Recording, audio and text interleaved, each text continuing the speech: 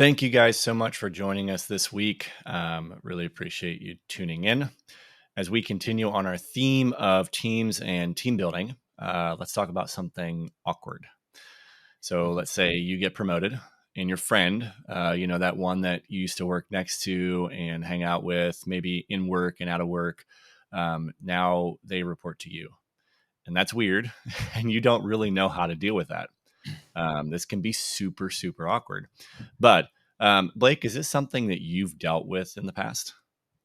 Yeah, absolutely. I mean, this is something I feel like everyone's probably dealt with who's in a place of leadership, and I have failed hard at this before, just from Same. the wrong mindset in it, right? And it's completely normal to feel that way, to feel awkward about stepping into that place because there is something awkward happening. The way of normal is no longer normal, and we have a new normal that we all have to adjust with. It's not just you adjusting, it's them too. So, like, Mm, you've got to change, they've got to change. This isn't just a one-way street here. And I get it. I know the things you're worrying about and things you're thinking about. Like, you're worrying that they're thinking that you've got too big for your own shoes. Like, that's a normal thing to be worried about. And probably a healthy thing to be worried yeah, about, regardless of whether that's true or not. yeah, There are a lot of people in the world, especially in a place of leadership, they're going to just say to you, hey, just shut off that part of you, um, that personal part, just shut that down because now you just got to be all about business. right. But you're going to miss out on great opportunity. Like, screw that mentality, because the opportunity you could gain by already having trust and relationship built, to be accessed and used, that's just foolish. Why would you not use that as Mm, a way for you and your teammate, just end of story, you and your teammate to do something amazing? So as long as you can balance that with healthy boundaries and be able to hold others accountable, why not? Don't do this like I'm a different person when I'm at work, and take that hot hat off, and when we're just hanging out, it's party me. yep, Like, that's stupid. That's not going to work well. But so many of us, when we go from that place where we're now leading our peers, are just we're scared. We're scared to lean into leadership for this fear that um, I'm going to change, and if I change, they won't like me as much. mm, And it's not your fault that you think this way, because we have for so long heard all this negative connotation out in the world that change is a bad thing. And so if change is a bad thing and you're going to change because, you know, like, you're going to that place of leadership and you're trying to tell your friends like, "Oh no, it's the same old me, same old party Blake." Uh it's not. But that's yeah. okay, because change is not always a bad thing. Change, usually I don't even like using that word because of the negative connotation, Hmm. because the change we're really talking about is transformation. And that whole breakdown, we've talked about this in the past, but I think it's notable to say that when you break the etymology of that word down, trans is the word beyond, and form is the word form, right? And so we're going to the form beyond. So there's nothing that's inherently wrong about that. You're going to go through that transformation when you go to a positional place of leadership. It's important, though, that we don't go to it poorly, Mm, because transforming it, going to a form beyond, could also be going to a negative form beyond. So mm, we need to be that's true. careful that we're going to the correct and the right way of leading people. Um, I know one of the big fears, another big fear that's out there is, well, I'm afraid that I'm going to get steamrolled by those I'm familiar with, like, a peer, a friend, family. I'm afraid that Yep. when I go to this place of leadership, that they're going to think that they have an easy access to do nothing, or Yes. they're not going to listen, or they won't respect me because we have familiarity, and that's just not true. Okay, so um, I think this is where we have to understand this really interesting balance. And this comes from the idea of, like, boundary making, and we'll Mm, talk a little bit more about this later. But when you think, a friend of mine, she shared a video recently with me about this, and I was just like, "Oof, this is like really solid on boundaries, but also what we're talking about here today. I think it's applicable." If you think about two columns, okay, like a level 1 all the way up to a level 10. Okay, so you got a column on the left, whatever way your video is seen, left, column on the right, and there's a level 1 all the way to 10 and a level 1 all the way to 10. And one column is access. Okay, it's the amount of influence or the amount of access you give to someone in your life. Hmm. And the other column is responsibility. Okay, or that amount of that level of responsibility to trust you can do those things that you need to do. One of the problems a lot of times with friends and family is that they have a high level of access into your life, but a low level of responsibility into your life. Hmm. And sometimes that's not like when it's just friendship and it's really like lighthearted and just not like maybe it's more acquaintanceship, maybe that's not a big deal. But when we're getting into a point where high responsibility is important, that maybe this person has had level 6 access in my life, and when they call, I answer. Um, but their responsibility level now is like a 2, and you're Hmm. moving into a place where you're leading them, that's a problem. And so the thing about good friendship is that you should grow in the ability to be able to hold one another accountable. Okay. So this is going to be one of my biggest arguments with good teammates, good peers, good friends, good family members is if you are going to grow and that relationship is going to grow and transform, then it should also be true that that level of responsibility and accountability that you hold, not just to them, but they hold to you as well, should Hmm. also grow.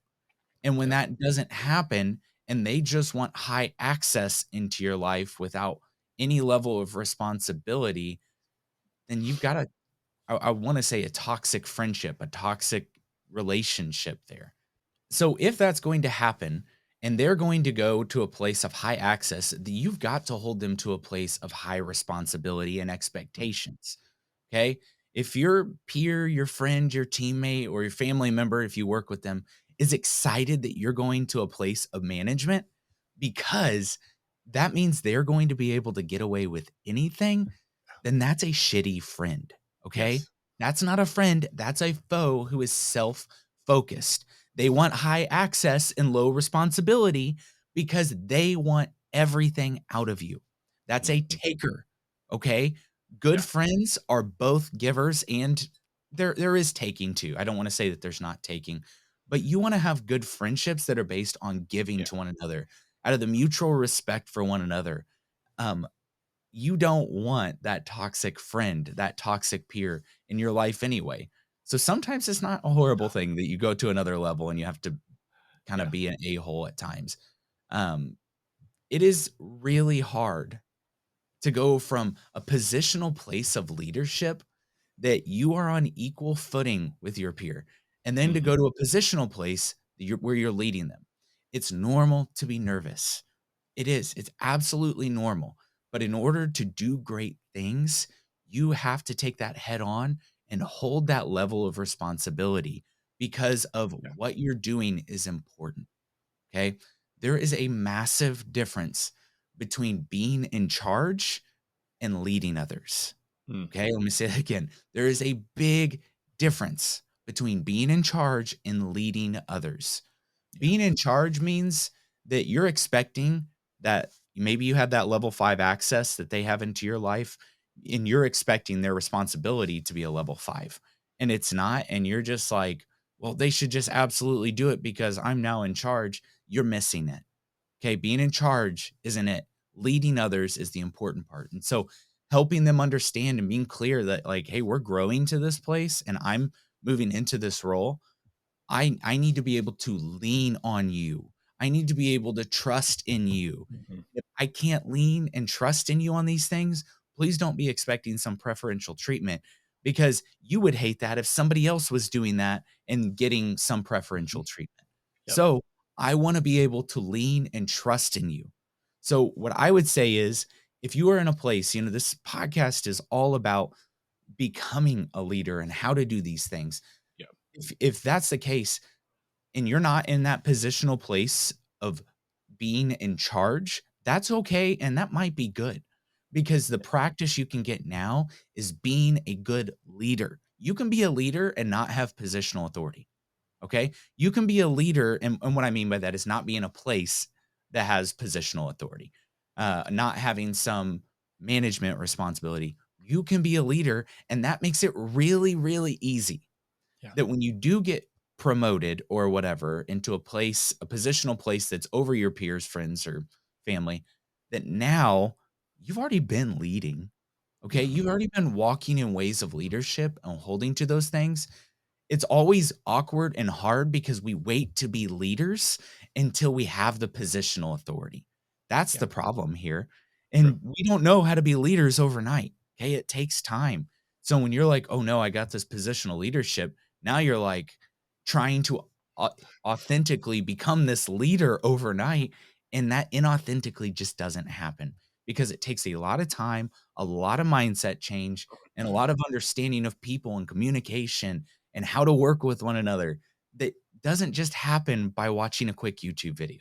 Right. Okay. So get in the habit of leading others now so that you have that ability when you get that positional place to walk in it well. Yeah. So back in the day, Blake, when I was in theater, I used to call that position, that person there that took that leadership role, but they didn't have the responsibility. We used to call that first follower. And the idea was they were the one who was watching and anticipating what the leader wanted to do. Or maybe they didn't anticipate it, but they were the first one to jump in and follow that leader. They were practicing that leadership without having all that responsibility.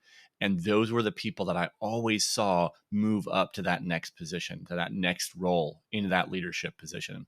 And that really brings me to a point here of when you're in this position. Let's say you've been given that position, don't just talk about the things that you want to do. Don't just talk about your leadership. You actually have to show them. You know, the old saying says actions speak louder than words. I read an article earlier this morning about this, and it said, and I hesitate to say it because it sounds negative, but it's not. You're not going to be judged by what you do or by what you say, but you'll be judged by what you do, right?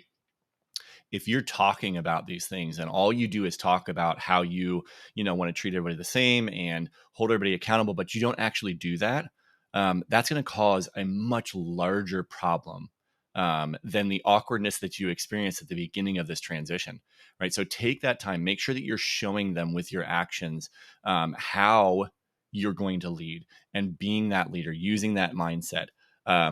Excuse me, and don't be afraid of that awkwardness. I think sometimes that's a good thing. It tells us that we're uncomfortable in our position and then we're not complacent, right? Sometimes complacency is, I take that back. Complacency is always dangerous, always, always dangerous. But don't be afraid of that awkwardness at first. Use that time, right?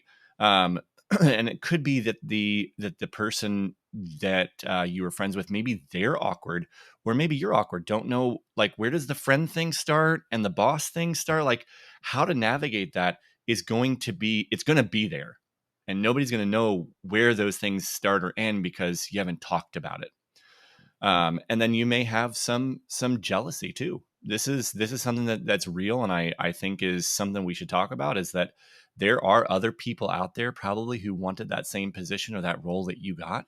And at first, and I say at first because I believe fully that they can be won over, that they can become a valuable part of the team. But at first, they could feel some jealousy, and that could lead to resistance. That could lead to overt resistance, subvert resistance, whether it's in your face or not. That actually can come up a lot, and they can try to make it difficult on you. And that's where I think, having those conversations and hitting that awkwardness early on is going to be super important and helpful for you as a new leader. Yeah. No, that's good.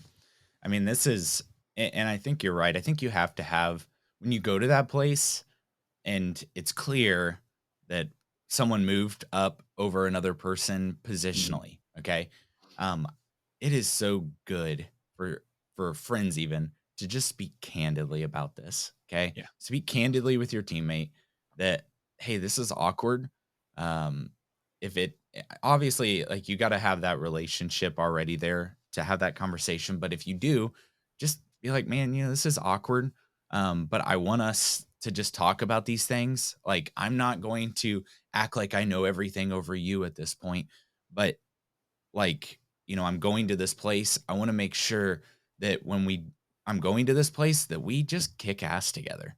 Like that we're known as a great team who just gets stuff done.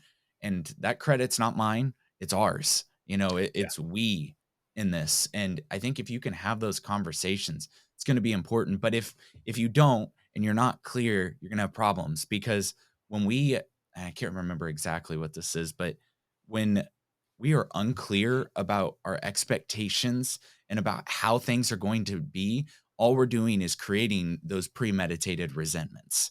Yeah. Okay. We're starting that whole cycle now and not having clear communication. Yes, it's awkward. Yes, it's weird. Yes, people aren't talking about, hey, go have awkward conversations because that doesn't push many tapes on YouTube, right? But Right. we need to be able to have those conversations to grow in leadership. Okay. I think another thing when we think about like what do we do and how do we do this, Hmm. um, I think it's really important, even in that those clear expectations, is that we have boundaries. Hmm. Okay, Yeah. that you just clearly make boundaries with one another, and the more that you each, and I say this in relationships, period, the more we can each have boundaries and understand that access level that we have to one another, right? Because um, the person who comes up to you and they're like, "Oh, I've got a lot of swing with the boss here," and they Yeah. just keep coming up to you and asking questions or shooting the shit and never are actually doing anything. That's toxic. Okay, you got to be able to hold them to that same level of responsibility. So there have to be consequences. Okay. There have to be I'm not always going to answer their call because it doesn't always benefit them and it doesn't benefit your relationship. Okay. You want to stress out and have a hard time through this idea of how to lead peers, then keep answering every call you get. Yeah. Okay. Because you're going to feel like you're doing a lot because you're inbounding calls and talking to people all the time. But then you're going to see that the outcome is very poor. And we just can't have that as a team. So you need to have boundaries, you need to have consequences. And even more importantly, you need to stick to consequences when things happen. Okay. Yeah. So that means standing firm and saying, I'm not answering the call. Hey, you can figure that out. You've got this. You know this. I don't need to be the one holding your hand on this, Yeah. because I've seen you do it, right? Like I know you got it. We don't need this all the time. So if you can do that, I think you're going to be able to go pretty far. Absolutely. And I think we've said this before already, but having that conversation, don't ignore the situation.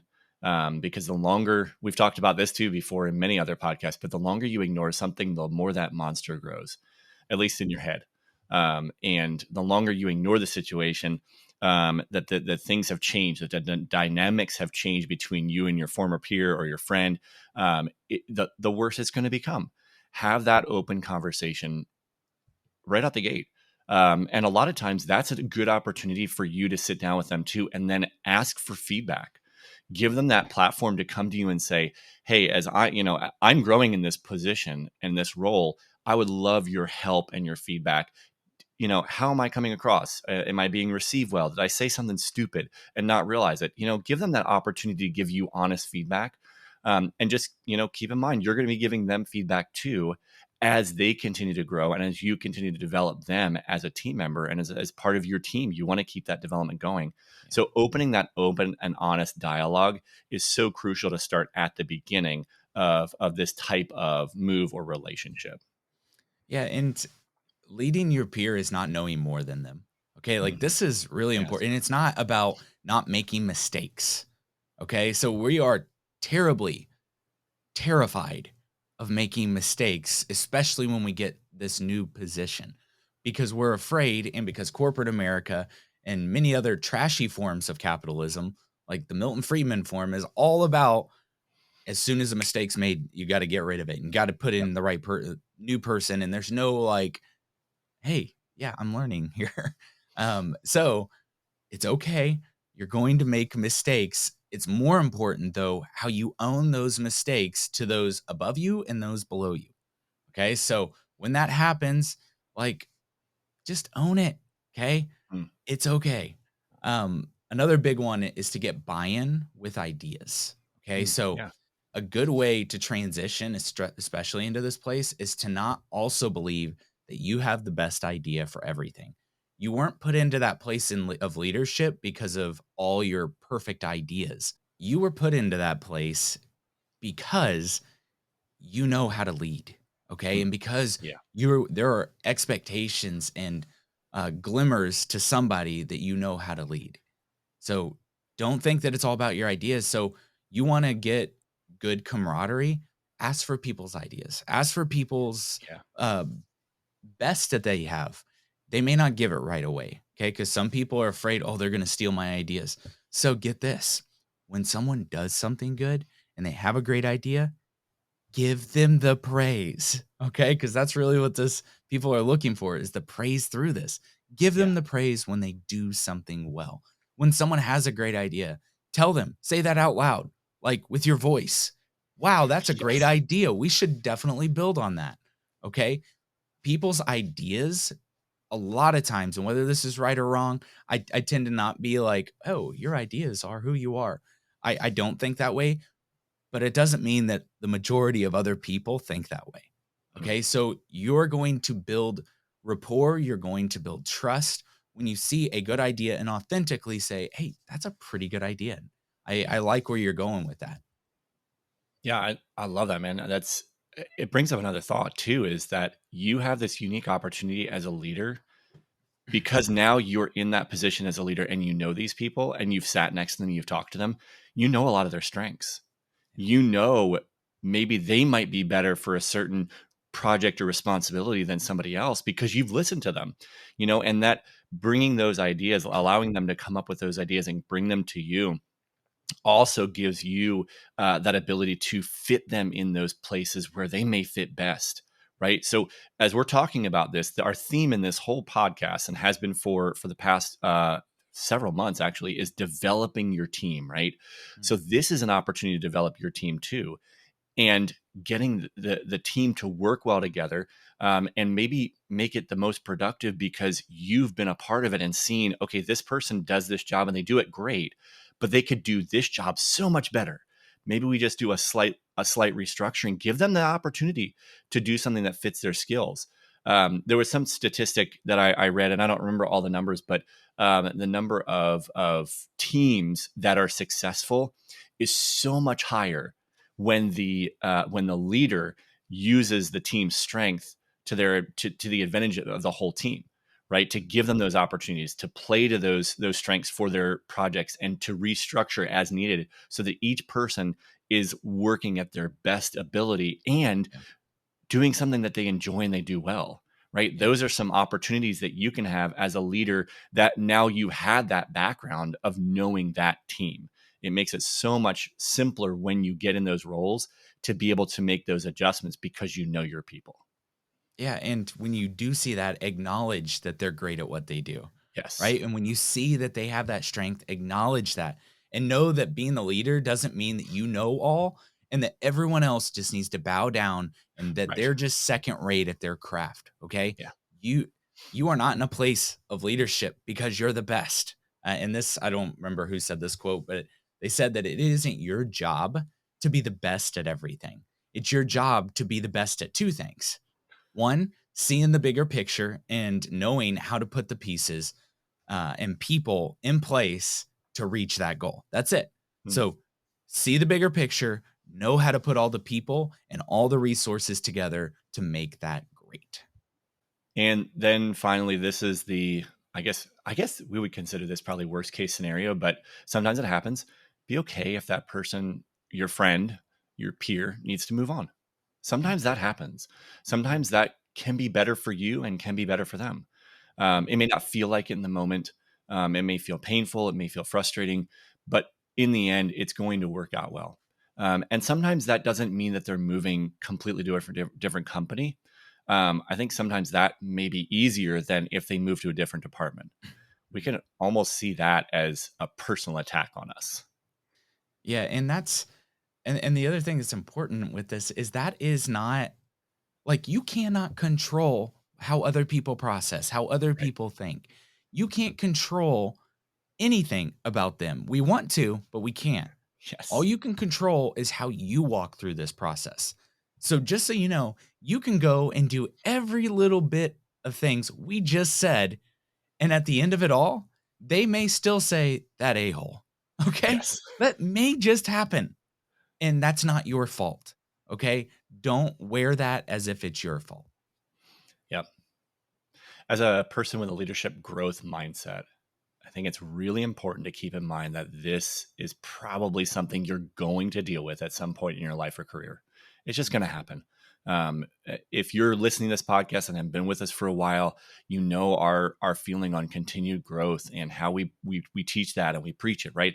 And you've maybe come to the point where you believe that fully and you're invested in it. You're going to deal with this at some point. Excuse me, leading that former peer or a friend isn't always easy. And a lot of times it can be scary. That unknown can be terrifying, but it can be navigated. Keep in mind, take that awkwardness head on, right? Address it right away. Have that conversation. Have boundaries. Make sure you hold them accountable like others. Excuse me. And make sure that you hold them to those consequences and you hold consequences. Mm. Request that feedback, but also be transparent. And be sure to use your one-on-one meetings to get those buy-in, right? Of new ideas. Maybe give them opportunity to present their buy-ins. Play to their strengths. You know these people, give them opportunities, put them on projects that fit them best. And then finally, be okay if they move on. Thanks so much for joining us this time on the Ridgeline Leadership Podcast. Catch you guys next time.